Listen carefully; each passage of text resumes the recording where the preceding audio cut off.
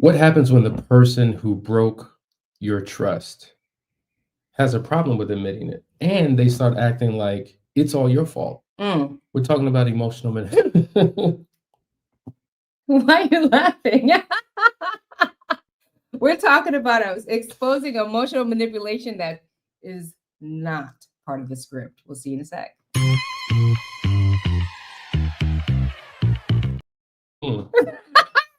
We're back, I'm guys. so proud of myself. I am so proud of myself. I finally made Hasani come out of character. Y'all don't even understand how hard that is to do. I've been trying to scare him. I mean, how many jump scares have I done over the course of 20 How many years? failures have you had? Trying to do jump scares, jumping out.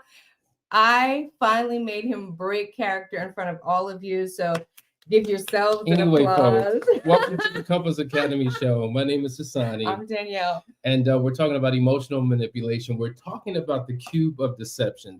Today is the last piece of that. Each day we went through a different phase, and we talked about how deceptive a spouse can be when the truth of the affair comes out, and how they're more than just statements, they're strategies.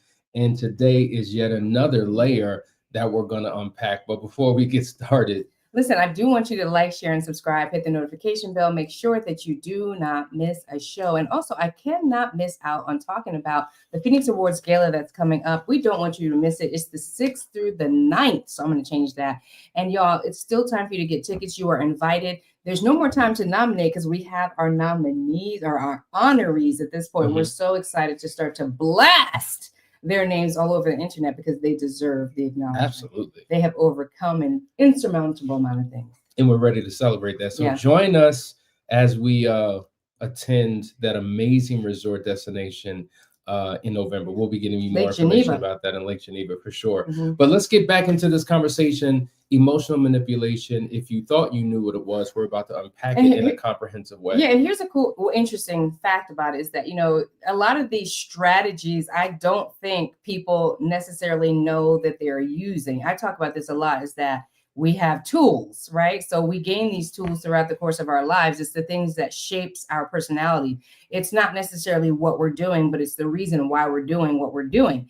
And that knowledge is really important. So when we start talking about the strategies that people use to manipulate emotions, we need you to understand that it's not always, sometimes it is, but it's not always that the person is strategizing against you. It's really just it's really a strategy to cover wounds, right? We all have soul wounds. And so my strategy is for me to not feel the anxiety that drives me to do the thing in the first place. So when somebody confronts you with it, you feel it hardcore, and there goes the strategy, right? So we need you to understand that as you start to hear us unpack this. Absolutely. So to give you a foundational definition, emotional manipulation is the deliberate use of guilt, fear, anger, sadness, or interestingly enough, affection to control, influence, or silence another person, often to avoid accountability, to shift blame, or to maintain power in the relationship. Now, that's a comprehensive definition, and we're going to spend the rest of the show unpacking it. But we were talking about different animals associated with different forms of deception. Each day we had a different animal. And so when it comes to emotional manipulation, there could be no better animal that would symbolize or represent this than the peacock. Peacocks are known for their dazzling displays used to distract, to attract, and to control attention. And so in manipulation, emotion is used like feathers, dramatic, distracting, and meant to shift the focus from the truth to performance. Why? Because the peacock's dramatic show mirrors how emotional outbursts can be used to deflect attention, guilt trip, or silence the one seeking the answer. Isn't that deep? And when you think about, if you've ever seen a peacock, their beautiful flowers are flowers. Their beautiful feathers are reflective, right? So it's like even as they're moving around, you're just caught. It's like the eye and the shape inside each feather, and you're just mesmerized by what you're seeing. And so in the context of someone dealing with real issues and you're trying to point out something that's a specific thing, if somebody is peacocking on you, they're going to just flip the feather. They're going to just turn or change the angle. They're going to just move the goalpost a little bit so that you're distracted. And now you're not looking at the issue, but you're looking at the beautiful colors over here. Oh, look at this. If you're easily distracted, that works. And that works on a lot of people for a lot of time until obviously, the scales fall off and they start to see the person for the tactics that they're using. And that distraction is real. It's just like, if I have something in this hand that you're trying to see, I'm going to start waving this hand. So you bring your attention over here so I can Isn't that how they rob you? Oh, for sure. Right? They're like, somebody will bump into you and be like, oh, I'm sorry. And Exactly. while they're doing all this, they're robbing you from the pocket. And so with emotional manipulation, they're robbing you from the truth. That's what it's really all about. But let's go through these. Number one, this form of deception isn't about the facts. Ultimately, it's about feelings. And this is important to understand, because a lot of times we're feeling oriented people. And we experience life through feelings, and feelings aren't always facts, but emotional manipulation oftentimes doesn't deny that the fact actually occurred. However, it derails the facts by focusing on emotions. So if I can get you to be caught up in emotions, because this is why we say, whenever you're having a conversation with your partner, a serious conversation, do your best to bring the emotionality out of it. Because once things become emotional, it shifts from logic to feeling. And logic is not, or I should say, feelings and emotions are not logical. You're having a different conversation. And so when I can bring you into your emotions, my goal is to confuse you. My goal is to control you. My goal is to use emotions to make you feel guilty, the betrayed person asking the questions, to make you afraid, and to get you caught up in emotional overwhelm.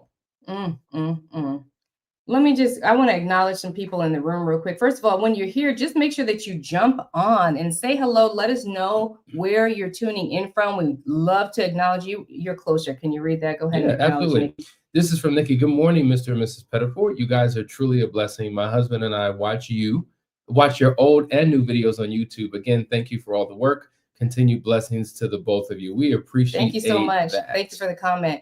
Yeah, I mean, these emotions, they run deep, don't they? Literally, they run deep. And if you're in a relationship with an emotional person and you are a more logical person, you really can have a hard time understanding the person and understanding how they're trying to relate a message to you. So let's go to number 2.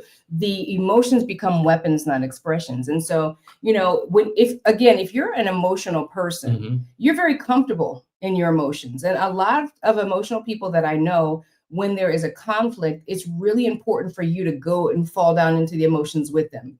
Oftentimes in counseling, I'll hear them say things like, you're not understanding me, or you're not getting what I'm saying. Like, you're high level because you're more logical, but they need you to fall down in the muck and mire with you.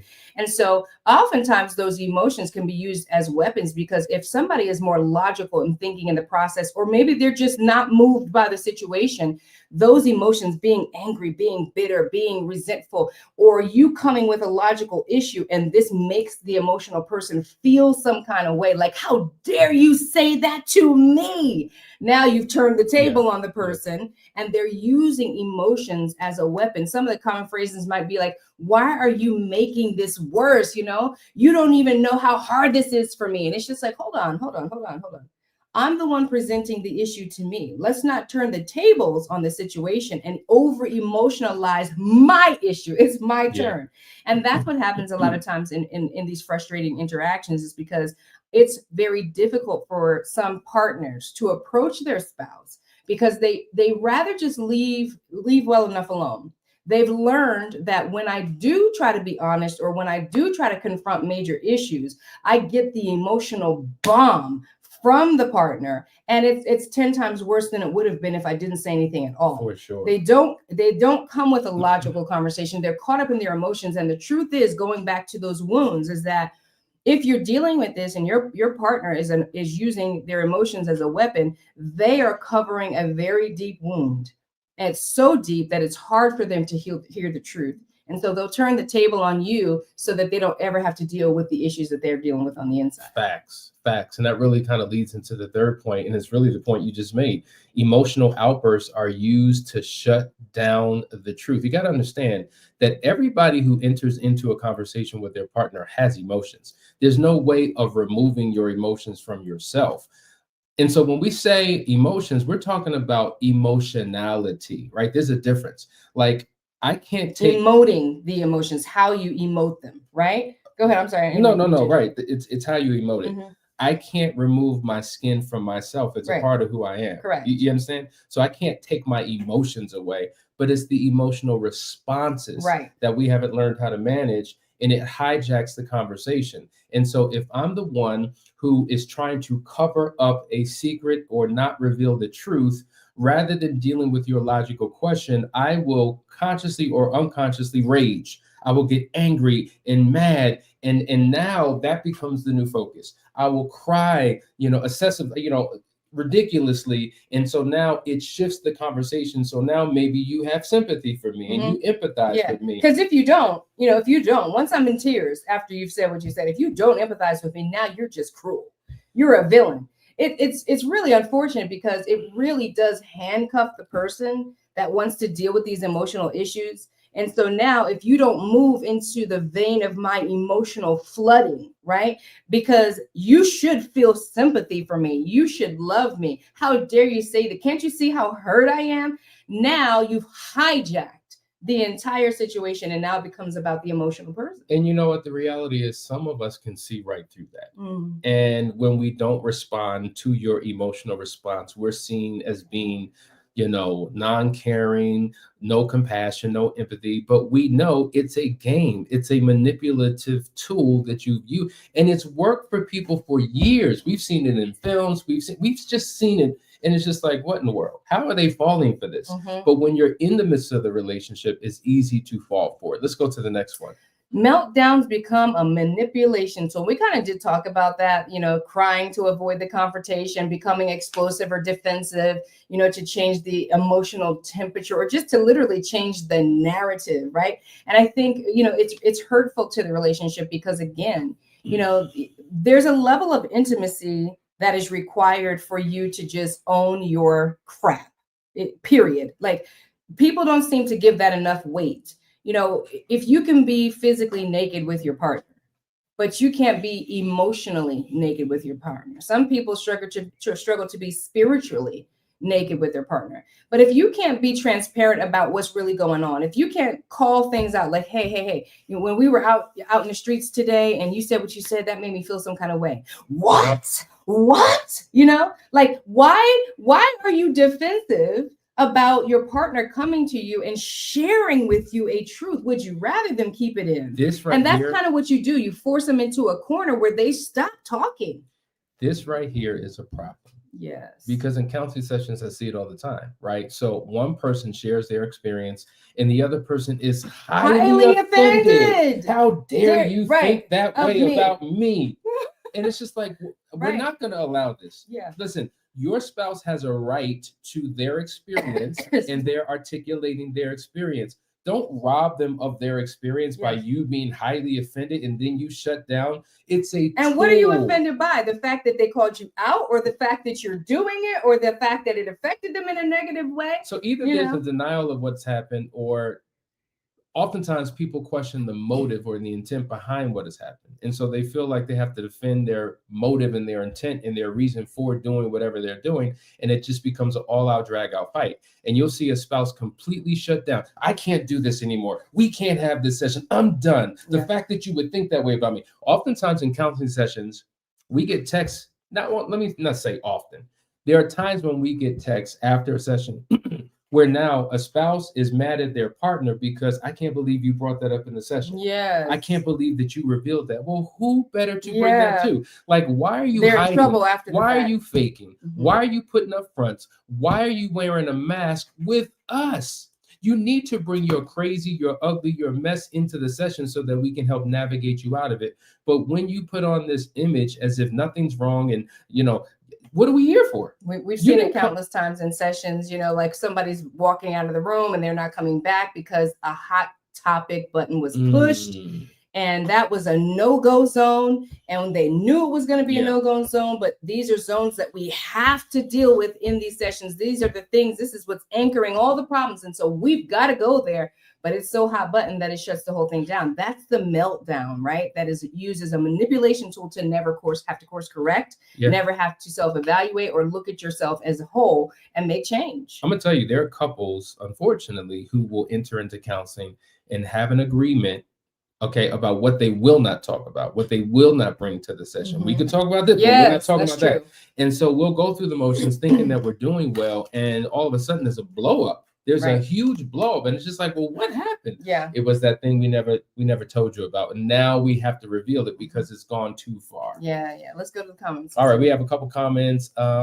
We have Alberto, amazing power couple trying to learn these things recently to fix my marriage of 25 years. Appreciate that. Keep going. Love it, love it, love it. Then James says, watching from the sip, Shaking my head. you both are walking really heavy with the truth. That's very well needed for couples, especially those within the church community. Come on, somebody. Because just because you know God doesn't mean you're not going through situations in your relationship. That's And we facts. need this information. Because guess what?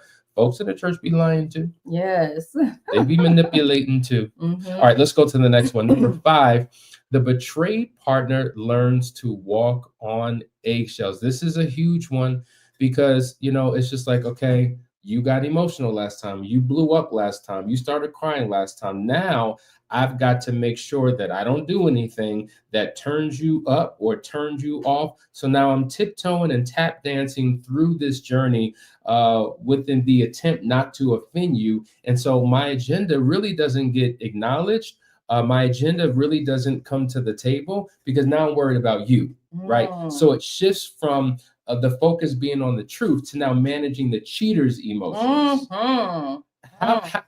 How harmful, because now the betrayed partner doesn't get questions answered, doesn't get the clarity they need, doesn't get their healing because they're busy trying to help the offender heal from what he or she either denies doing or acknowledges doing, but justifies what they're doing. And it's horrible. And so it shuts the betrayed spouse down and keeps him from asking any questions at all, which is really the cheater's agenda. You're right, because it's covering their wounds, right? Like it's, of course, they know what they were doing, and it's hurtful to them to actually have to relive and talk about the experience. They want to get as far away from their, poor choices as humanly possible, but that handcuffs again the person that was cheated on, and it's a danger zone to push your partner in that space where they're walking on eggshells because, just like a pressure cooker, eventually air has to seep and escape, right? Because pressure builds. At some point the pressure is going to build, and you just don't know how that pressure is going to come out. It might come out in just some other person in their world that will actually sit down and listen to them vent their issues, right? Because at some level, we all need to release those things that are, a frustration in our lives. You want to be that person, especially since you were the offender. You don't want to send your partner in the arms or ears of somebody else because they had no other place to vent those emotions. Wow, powerful point.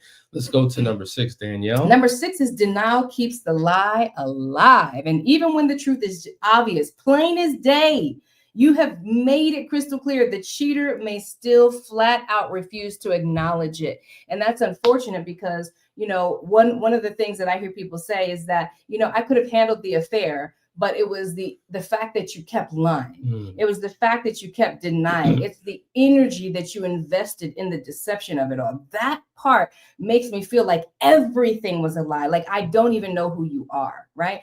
And so, not owning it, it really keeps like this underlying energy and current alive that you're trying to heal from. And you hear things like, the person's being paranoid or they're imagining things. There's just all these denials. You're making a big deal out of nothing. And so that's some gaslighting going on, right? Because if you've been cheated on and you see the clues and they're resurfacing again and you see certain habits showing up again, you probably are onto something. Where there's smoke, there's usually fire, right? But for your spouse to continue to deny you of the truth, it just continues to perpetuate this painful and harmful lie. So true. We have another comment, man. Shelley says he still downplays his part in his emotional affair and seems to only see what was wrong with his actions when I point it out. He's the victim because talking about it makes him feel bad. That's what we're talking about. See, this is a person who now consciously, unconsciously has allowed shame to take over the discussion. And shame, as we know, is when you feel bad about yourself for what you did. So it takes the focus off of the pain that you put your spouse through. I can't focus on the guilt. See, guilt is me feeling bad about what I did to you. No, shame is me focusing on me feeling bad about me. So now, to me, shame is worse than guilt. I'd rather you have feelings of guilt. Yes, for sure, because you've hijacked the emotion, right? For sure. Like now it's all about you and not about what you did. And shame, interestingly enough, is we talk about being a victim, but it's a victim mindset. Woe is me if it weren't for what I went through, and what about what I'm feeling and I'm experiencing. And I don't want to deny that the unfaithful person has their experience and has their hurt and pain. We say this all the time. They cheated and caused pain, hurt, and brokenness in their spouse, but there had to be pain, hurt, and brokenness within them first to be able to do it in the first place. So we recognize that, but it leaves no space and room to acknowledge the pain that the betrayed is going through, because you made it all about you. For sure. I think, it's really sad when we hear those things, and that person needs therapy because they actually have to deal with their own soul wounds, right? That's really what you're dealing with. You're not dealing with the person anymore. You're dealing with their wounds now. And that's work for them to do. Yeah. And really it leads to this final point. Denial reverses the role, right? So with this, the betrayer, the unfaithful person, they act like the victim, while the actual victim feels guilty for asking the questions. So just like the sister just explained, he's made it all about him and what he's going through. So now she feels bad, possibly, maybe not, maybe she don't feel bad at all. But it's just like every time I bring it up, it's a conflict. My experience is robbed from me because you've made it about you. And I think this is very damaging. Now, once again, whether conscious or not, you started off by saying it's not, even though these are strategies, it's not like everybody knows that they're engaging in strategies. No. It's not until you come into counseling sessions do you realize, wow, I was doing that. I didn't even know that was a thing, or I didn't have the words to articulate what it is that was even happening. But you are bringing this now, and that's light. The vulnerability that's required. See, and when you have a contrite heart, truly, then you're more open to those, to those observations and being able to recognize the error of your ways in the areas that maybe you're just self-unaware, right? Because I don't think all the time somebody's like, let me pull out this strategy on you. It's not that. It's actually they're moving into these strategies because that's what they've always done since they were 7 years old, when they first encountered their first major crisis in life at 7, and they didn't know what else to do, and they did that. Maybe they shut down, or maybe they gaslit, or maybe they blew up, or whatever they did, and learned, hey, this gets the result that I want. This gets people to leave me alone. If I blow up and start screaming and throw a fit on the ground and kick on the ground and slam the ground and hurt myself, people leave me alone, or people tend to me, people cover me, people love on me. So that's what they're doing. And they just may not be self-aware, but as a grown person in your big age, acting like that, big bag age. And you're maybe not big bag, but in your big age, acting like that is really going to destroy your relationships, because people will shift how they move around you or just move away from you. And that's really when you get into big trouble. I got to get into these comments because this is where some of the controversy comes into play. And I want to read them, but also clarify some things. So number one, Flo says, a grown grandfather blaming his affair on a few things that happened in his childhood. He will not take responsibility about his choices. So let's deal with the truth of this statement. The fact of the matter is, his childhood probably did play a part in this. I mean, typically when we're unpacking the why of the affair, like in the book that I just released, there's a chapter entitled Why People Cheat. And there's 3 contributing factors: personal factors, relational factors, and social factors. It's going to be in one of those categories, or all 3 of those categories. So there is truth to what I was exposed to, what I saw as a child, what happened to me was an influencer into my reason for cheating. That is a fact. Now, I don't know how he's using that truth. I don't know if he's using it from a victim mentality and not taking responsibility and owning his decision for that affair. but there is truth in that. Well, statement. by the time that he's a grandpa, right, he should be using that as awareness and knowledge as to how he got there, not using it as an excuse as to why he's still there. And that's, I think, where people get caught up and they get stuck. Yes, you have to acknowledge your pathology and how your personality was shaped. That's the discovery season. That's important for you to understand it so that you can make peace with it and let it go. But if that's your excuse for how you showing up every single day in a broken way, then no. Right. No. That's what I'm saying. I don't know how that's being used. Yeah. So it's true that it stems from childhood, but it's also true you need to take accountability. Yeah. Then Nikki says, that's exactly what I've been dealing with for over a year and a half, not telling the whole truth. He keeps saying he did it because he was broken. And so he was. But see, here's my question, because this is a good conversation. Yeah. A lot of times when a person does acknowledge why they did what they did, it's often seen as an excuse in the ears and in the heart and the mind of the betrayed partner. And so my question is, well, what do you want them to say? Like, what answer could they give as to why they cheated that would satisfy? Is there an answer? Is there any reason that a person can give for why they did what they did that would make a betrayed spouse feel like, okay, he's taking responsibility? Because if I say it was completely my fault, I own my decision, we still got to get into what the contributing factor was, especially if you're asking, well, why? Because it's one thing to hear that my spouse did what he or she did, but why? That's where most betrayed spouses are stuck.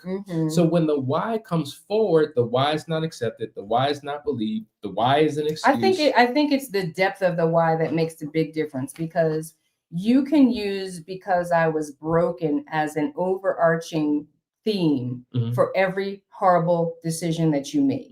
But then if we start to put a microscope on every horrible decision that you make, there are questions to be answered in why you did those specific things. If you say, okay, why did you cheat on me? Because I was broken. Okay, why did you, go through the process of hiding this and do, like those are the details that a lot of hurt people want you to get into the weeds. And yes, explain your brokenness.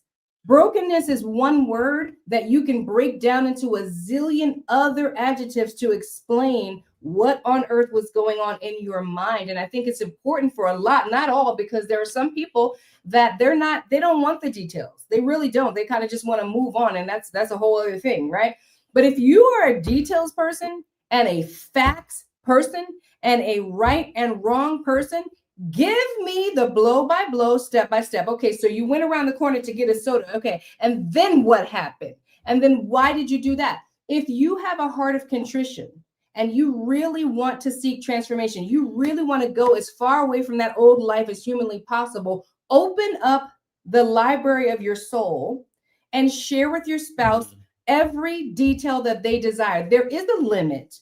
You don't want to turn that into weaponized behavior, because you can also torture your spouse who's trying to do better, who hasn't behaved like that in a long time, by still asking questions that were answered 1,000 times. But if you still don't have the answers, the offending partner owes you the depth and knowledge and awareness of all the whys that created the scenario. Oh, I agree 1,000%. The problem is most people don't know why. I can say because I was broken, because that's the extent of my understanding as to why. See, I could tell you the what all day. I can give you the details all day, but I don't know why. And this is why people go to counseling, to have somebody pull the why out. That's is why exactly right. Because I will get the why out of you. Sure. You have to just accept it. Because there is a why. People say that all the time. I don't know why. I don't know why. You know why. Let me help you understand your why. And then you have to own the why. And that's the part that's hard. That's the hard part. We have literally 75 different contributing factors to the why. And oftentimes when, for instance, I just had a client go through this literally 2 weeks ago. They tried to explain it. They understood on the surface level. When we went comprehensively through it, they're like, man, yes, that and that and that one and that one and that. Like there was like 18 things that they identified with. But they did not know how to articulate that. And so it's our job to go into the depths of things. And I know I may have shared this 1,000 times, but you never know who's listening. And sometimes repetition is the mother of all learning. You have a problem with your vehicle.